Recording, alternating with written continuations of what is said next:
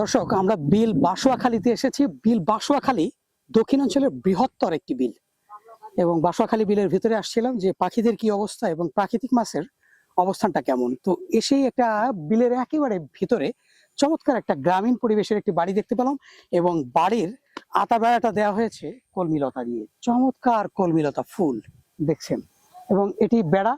এই কলমিলতা প্রায় বিপন্নের পর্যায়ে। এই কলমিলতা ফুলটা আপনার পরবর্তীতে আবার যখন অন্য জায়গায় দেওয়া হবে, এগুলো ডালগুলো কেটে সেটে আবার অন্য জায়গায় রোপণ করা হবে, এভাবে ছড়িয়ে যাবে। এবং গ্রামীণ বাড়ির সামনে একটি নৌকা আছে, ছোট নৌকা দেখছেন, ছোট নৌকা আছে, আসো। এবং বাড়ির ভেতরে প্রবেশ করতেই এই যে দেখছেন যে কলা, এই যে কলা, এই যে কলা কলা হইছে এবং অসংখ্য পরিমাণে শিম এবং কলা গাছের সঙ্গে এখানে আইলে প্রচুর পরিমাণে শিম দেখতে পাচ্ছেন। শিম, এই যে অনেক শিম হয়েছে, প্রচুর শিম হয়েছে। আমরা একটু বাড়ির ভেতরে প্রবেশ করি, দেখা যাক বাড়ির ভেতরটা কেমন। তোমার নাম কি? তোমার নাম কি? হাকিম। তুমি হাকিম হইয়া হুকুম করো, পুলিশ হইয়া ধরো। এবং এবার রয়েছে বড়ই গাছ, এই যে চমৎকার বড়ই গাছ, তেঁতুল গাছ, একটি কড়াই গাছ লাগিয়েছে এখানে এবং সেই সাথে রয়েছে আম গাছ। এবং এই যে চমৎকার একটি যন্ত্র আমরা দেখতে পাচ্ছি, সম্ভবত এটা কোনো গাড়ি। এই গাড়ি দিয়ে কি কোনো জায়গায় পাড়ি দেওয়া যাবে? এটা মূলত কি, এটা কি গাড়ি? এটা হ্যাঁ, গড়িতে পেড়া, পেড়া নরম মাটি উঠোই। নরম মাটি, পেড়া মানে হচ্ছে কি নরম মাটি। নরম মাটি উঠে কি করেন? খেলায় দেয় কোন জায়গায়? বইতি। ও মানে যে কৃষি ক্ষেত্রে পুকুরিতে উঠাই, উঠে উপরে থই, তুলে পুকুরি মাছটা পড়, মানে মাছের চাষ হয় পুকুরে। ও মানে পুকুরের থেকে পেড়ি উঠে উপরে ওটা রেখে দেয়, দিলে পুকুরে একটু গর্ত হয়, একটু জায়গা বেশি হয়। এই জায়গা এটা কিভাবে উঠায়, পেড়ি উঠায় দেখেন, এইভাবে পায়ে দিয়ে দিয়ে এইভাবে জাল আছে, তারপর এখানে দড়ি আছে, এইগুলা দিয়ে এইভাবে কিভাবে ঘুরায় ঘেরায় জানি এইগুলা উঠায়। ঠিক আছে, আমরা একসময় যখন পেড়ি উঠায় তখন একসময় এসে আমরা এই ভিডিও গুলো দেখবো। আর দেখেন এখানে একটা রান্নাঘর, আর রান্নাঘরটা কিসের জানেন?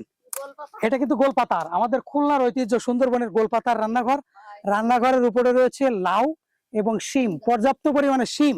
এবং এইখানকার একটা চরম বাস্তবতা আমি আপনাদেরকে দেখাই, এত সুন্দর যে এই জায়গা বসে সবকিছু করা যাবে। এই দেখেন এখানে লাউ আছে, এই যে লাউ, এই যে এখানে লাউ আছে। এবং এই যে দেখছেন লাকড়ি প্রচুর পরিমাণে, এগুলো কিন্তু এই অঞ্চলে বিলে এই লাকড়িগুলো হয়। এই যে লাকড়ি, ধুঞ্চা ধুঞ্চা, এই যে তারপর এই যে মুরগি আছে, এখানে হাঁস আছে।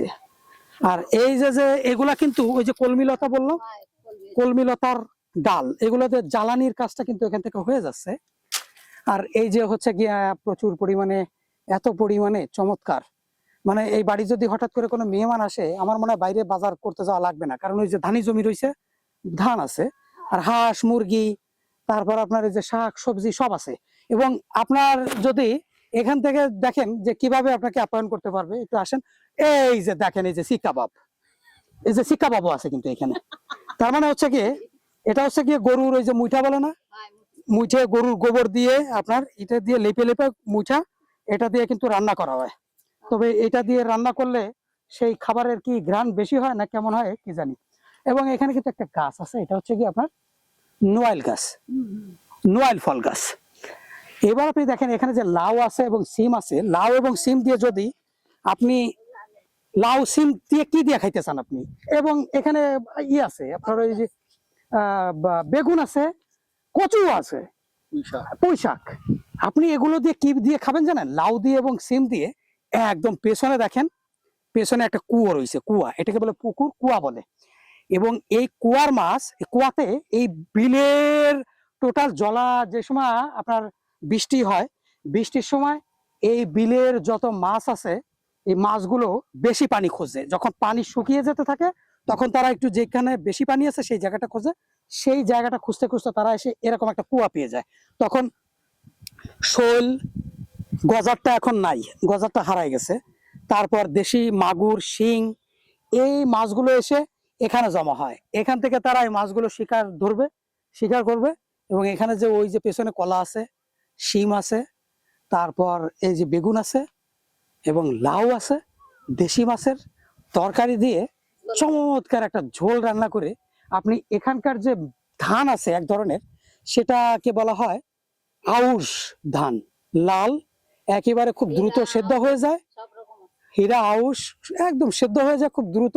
সেটাতে দেশি মাছ দিয়ে যদি এই শিমের ঝোল করে খান, তো সেই মজার একটা অনুভূতি। এখানে পর্যাপ্ত পরিমাণে পাখিও আছে, সেরকম একটা খুব সুন্দর পরিবেশ। কিন্তু সমস্যা হচ্ছে কি জানেন, সমস্যা এক জায়গায়, যে এই বিলের ভেতরে প্রাকৃতিক মাছ প্রায় শেষের দিকে চলে আসছে। প্রাকৃতিক মাছ এখন অনেক প্রজাতির প্রাকৃতিক মাছ কিন্তু বিলুপ্তের দিকে চলে গেছে। তার মধ্যে শাল বাইন, তারপর আপনার গজার মাছটা নাই, তারপর হারাই গেছে আপনার সরপুটিটা হারাই গেছে। এই ধরনের আরো অনেক প্রজাতির প্রাকৃতিক মাছ হারিয়ে যেতে বসেছে, তার কারণ পাখি কমে যাওয়ার ফলে মাত্রার অতিরিক্ত কীটনাশক প্রয়োগ করা লাগতেছে। আর পাশাপাশি পর্যাপ্ত পরিমাণে রয়েছে চায়না দুয়ারি জাল, এবং আরেকটা ভয়ঙ্কর ব্যাপার, সেটা হচ্ছে গিয়ে ইলেকট্রিক শক। এটা দেশি প্রজাতির প্রাকৃতিক মাছটাকে একেবারে শেষ করে দিচ্ছে। সুতরাং হাতে আমাদের খুবই সময় কম। এখানকার মানুষই বলতেছে, কৃষকরা, যে আর মাত্র 5 বছরের মধ্যে দেশীয় প্রজাতির প্রাকৃতিক মাছ সব শেষ হয়ে যাবে এখনই যদি আমাদের এগুলোকে রক্ষা করা না হয়। সুতরাং এই যে ইতিহাস ঐতিহ্য, আমাদের দেশীয় প্রজাতির মাছের এই যে সুস্বাদ, এবং এটা হচ্ছে গিয়ে দক্ষিণাঞ্চলের সর্ববৃহৎ যে বিল, বাসুয়াখালী বিলের একটি অংশ, এই অংশটাকে বলা হয় পুবের বিল। সুতরাং আমাদের তেরোখাদা মৎস্য অধিদপ্তর ইউনো মহোদয়ের দৃষ্টি আকর্ষণ করছি, জাতীয় নির্বাচনের পর এই বিলটার দিকে তাকান, দেশীয় প্রজাতির প্রাকৃতিক মাছ বাঁচাতে সকলেই এগিয়ে আসুন। ধন্যবাদ।